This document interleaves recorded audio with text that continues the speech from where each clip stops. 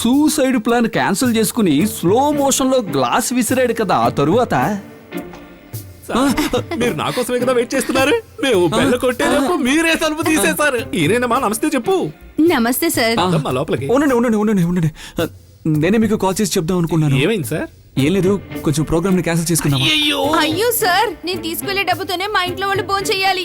ఇప్పుడు మీరు programme cancel చేశారంటే నేను మా ఫ్యామిలీతో కలిసి సూసైడ్ చేసుకోవాల్సిందే. ఇది తప్ప నాకు ఇంకే ప్రోగ్రామ్ లేదు సార్. అయ్యో అంకుల్ ఏడవుతుంది చెప్పండి. ఏడవకమ్మా. రే ఎవరు అదే? నేనేరా. ఎందుకు ఇలా చేస్తున్నావు? ఒక నువ్వు చేస్తున్నావు, లేకపోతే మిగతా వాళ్ళని చంపుతున్నావు. ఒక అమ్మాయి మోసం చేసిందని సూసైడ్ చేసుకునే దాకా వచ్చావు. ఇలా ఏ తప్పు చేయని పాపం ఈ ఆంటీని ఏడిపిస్తున్నావేంట్రా? ఇది ఏ రకంగా న్యాయం రా? అసలు ఆంటీకి ప్రాబ్లం ఏంట్రా? దిట్టంగా బలంగా ఉన్నారుగా. ఆడలు ఉసురు పోసుకోవద్దురా, తర్వాత నీ ఇష్టం. సరే నాకు 15 minutes టైం ఇవ్వండి, నేను వెళ్ళి ఫ్రెష్ అప్ అయ్యేస్తాను. Okay sir. వచ్చేస్తారు కదా. అయ్యో నా బ్యాగ్ కూడా లోపల ఉందండి, చూడండి. వస్తానండి. అక్కడ వీడి ఇరుక్కుపోయాడా? రే, ఆ కనబడకుండా పోయినవాడు నాకు దొరికాడంటే నరికి పోగులు పెడతాను. సార్, పేషెంట్ కొద్దిగా హెల్ప్ చేయాలి. ధైర్యంగా ఉన్న వాళ్ళు ఎవరైనా కొద్దిగా లోపలికి వస్తారా ప్లీజ్? ధైర్యం ఉన్న వాళ్ళు కావాలంటే నువ్వే వెళ్ళు.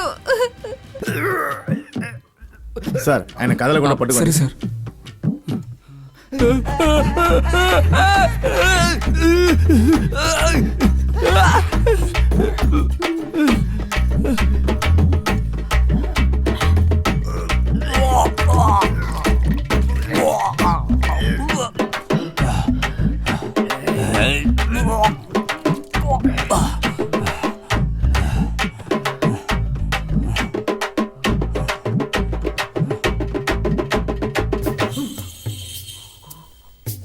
టూ అవర్స్ వరకు ఏం పెట్టద్దు, కాసేపు ఆగి నేను వచ్చి చూస్తాను. Okay doctor. రే, నీకు సిగ్గులేదు? ఒక అమ్మాయి కోసం సూసైడ్ చేసుకోబోయావు. నీకు మరి అమ్మాయి దొరకదా? నీకు అమ్మ లేదు, నాన్న లేడు, ఏ ఫ్రెండ్స్ మేము లేవా? సిగ్గులేదు?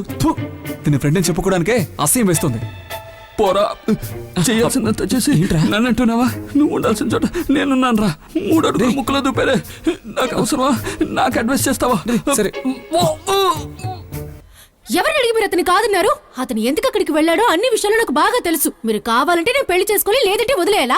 అదంతా నాకు తెలీదు. నేను అతన్ని పెళ్లి చేసుకుంటాను, లేదంటే ఇలాగే ఉండిపోతాను. ఊరికే మాట్లాడుకో.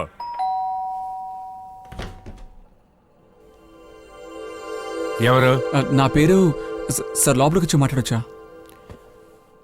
లోపలికి వచ్చావుగా, చెప్పు. సార్, నా పేరు కృష్ణ. నేను పెళ్లి కొడుకు రమేష్ ఫ్రెండ్ని. నువ్వు మర్యాదగా బయటకెళ్ళు.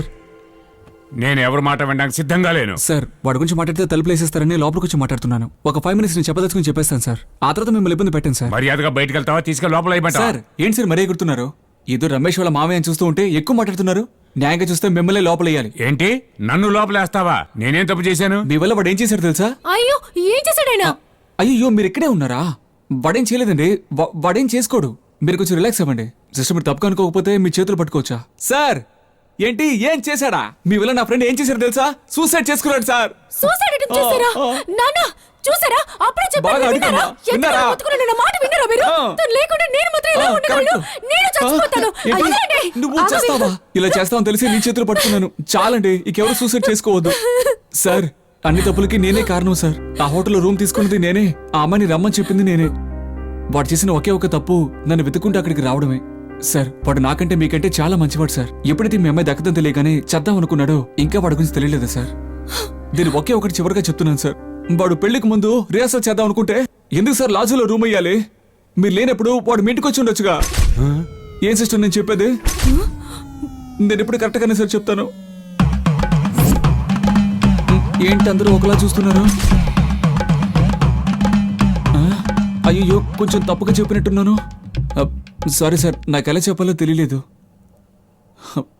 ఇక మీ ఇష్టం సార్.